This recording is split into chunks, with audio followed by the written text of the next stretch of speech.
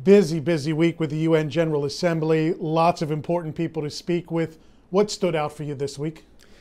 Well, the important part of these meetings really deals with the issues that we raise. And so there's a list. We deal with bias against Israel at the United Nations. This year, talking about the Commission of Inquiry, this commission which has no shelf life and is headed by avowed critics, and more than critics, enemies of Israel. So we talked about that, and we talked about the need, frankly, to press those who are leading that commission to resign their positions because they're not objective.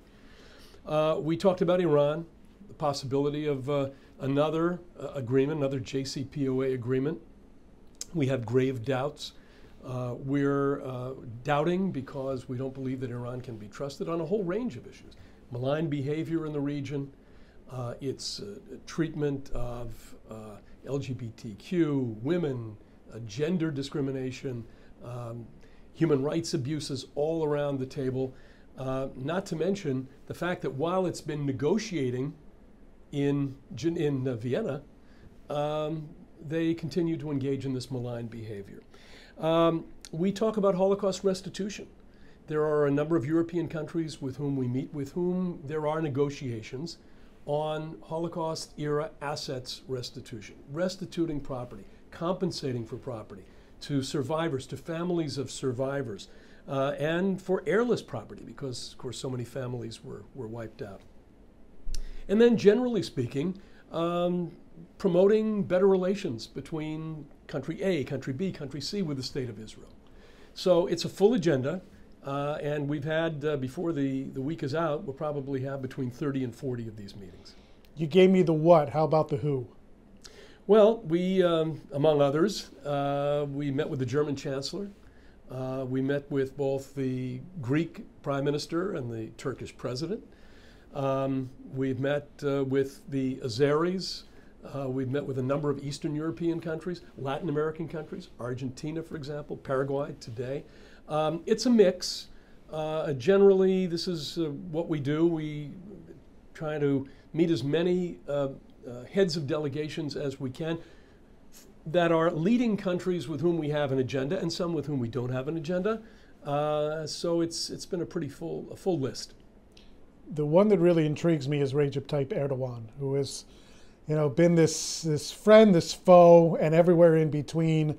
And just when you think relations are settling in, he has been known to fire up the rhetoric at the first sign of any sort of complications in the relationship.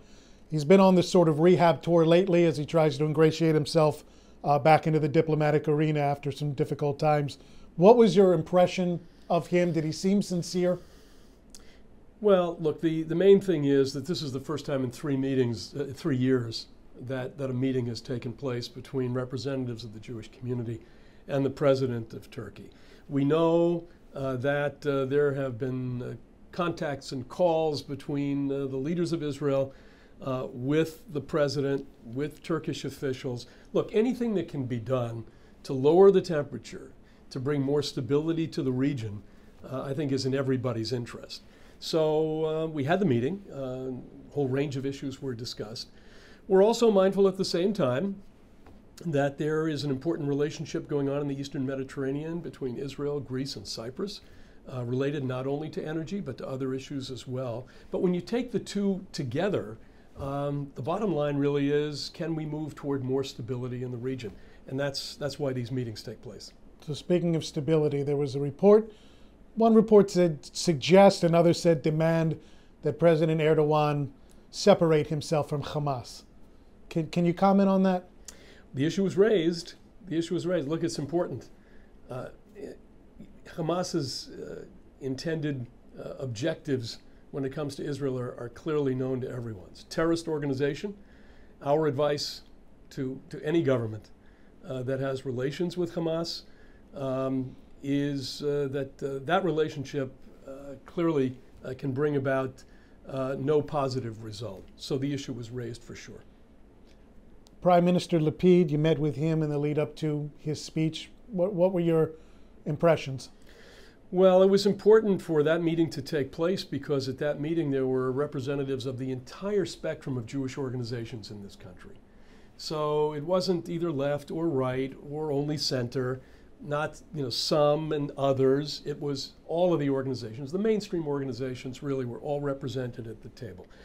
We have only, there's one Prime Minister of Israel and there are more than 50 Jewish organizations here. So it was important to have a discussion as the Prime Minister has come here to New York to have his meetings, and he's met with a wide range of officials, to talk about those issues in which we share a common interest, and there are a number of them, chiefly among them, good relations with your neighbors, with Israel's neighbors, good relations with the United States.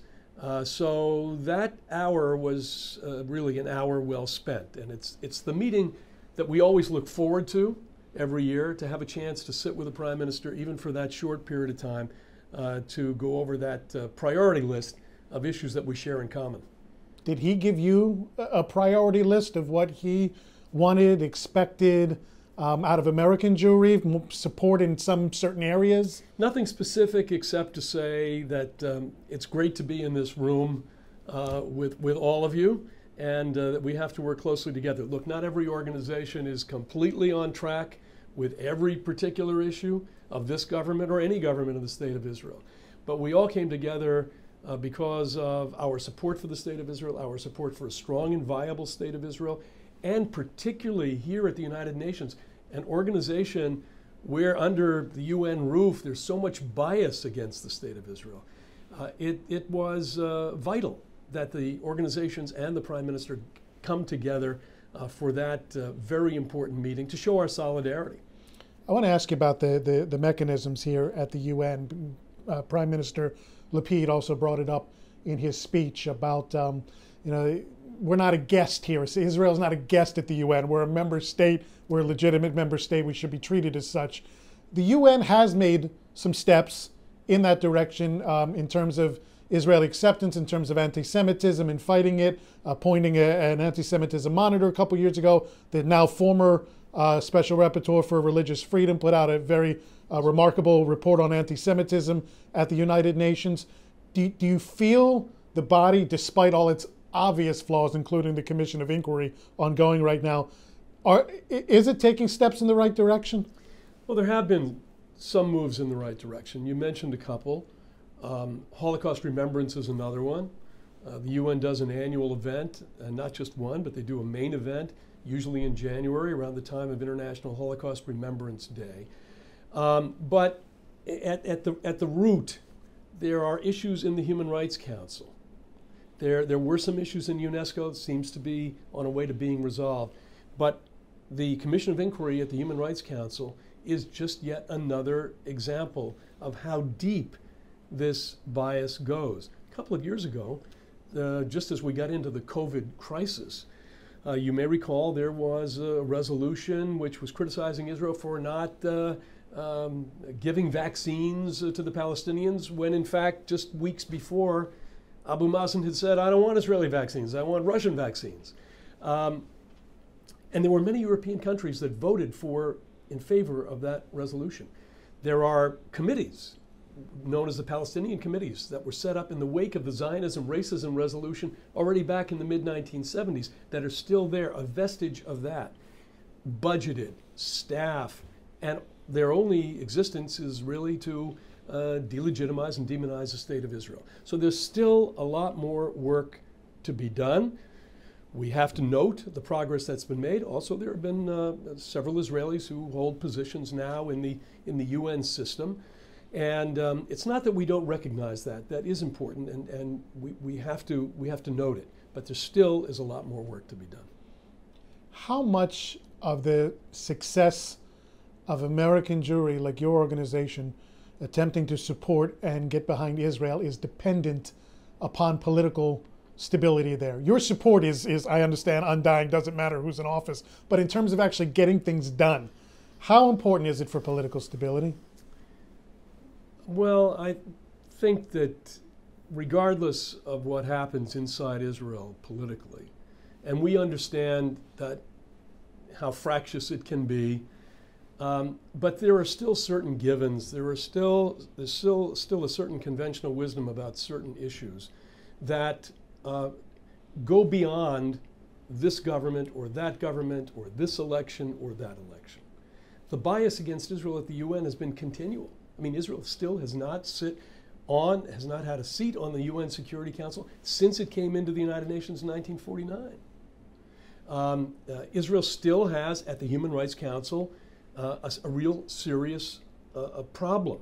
That has gone through a succession of Israeli governments, regardless of their political coloration.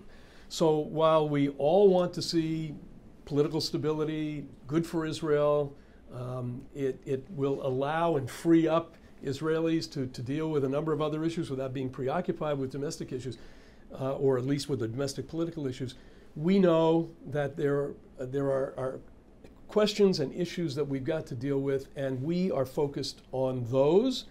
And at the end of the day, those of us who are not living in Israel hope that our brothers and sisters in Israel will have that internal political stability.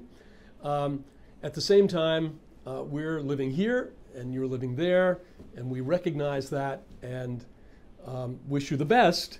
But at the end of the day, our job primarily here is to interpret these issues that Israel is facing, these problems, accomplishments that Israel has made, to be supportive and to work toward a viable relationship between Israel and as many countries on that UN roster as possible, to have strong, good bilateral relations between these countries and Israel. Any meetings with representatives of Abraham Accords countries this week? Yes, we have a meeting actually today, going off to meeting with Bahrain. We met with the UAE a couple of days ago. Extremely important second anniversary. We just observed it of the Abraham Accords a few days ago. Of course, we are, like others, working and encouraging and advocating for an expansion of the Abraham Accords. Hopeful that can come about. But yes, we feel that meetings with, whether it be the Emiratis, the Bahrainis, and others, are extremely important in moving that process even beyond where it already is. Anything I missed out on asking about General Assembly Week that you feel is important or relevant? No, except to say that we've been doing this for more than 30 years. And we believe this is really a tremendous opportunity to have in 1 week a chance to sit down with heads of delegations. I mean, we could travel, many of us do. We travel to capital A and capital B and capital C. Everybody's here for the week. It's important that these countries, and increasingly so over these 3 decades, that these countries find that time to meet with representatives of the Jewish organizations. That gives us an opportunity, really, the expression speaking truth to power.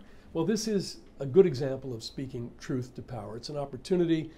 We write our op-eds and we do our interviews and we make our speeches, but to sit with the head of a delegation of a major European country, a major Latin American country, a major Arab country, to have that opportunity, to have that back and forth, is a time well spent, and that's what's done this week. It comes every year, and it's very high on our calendar when it does arrive.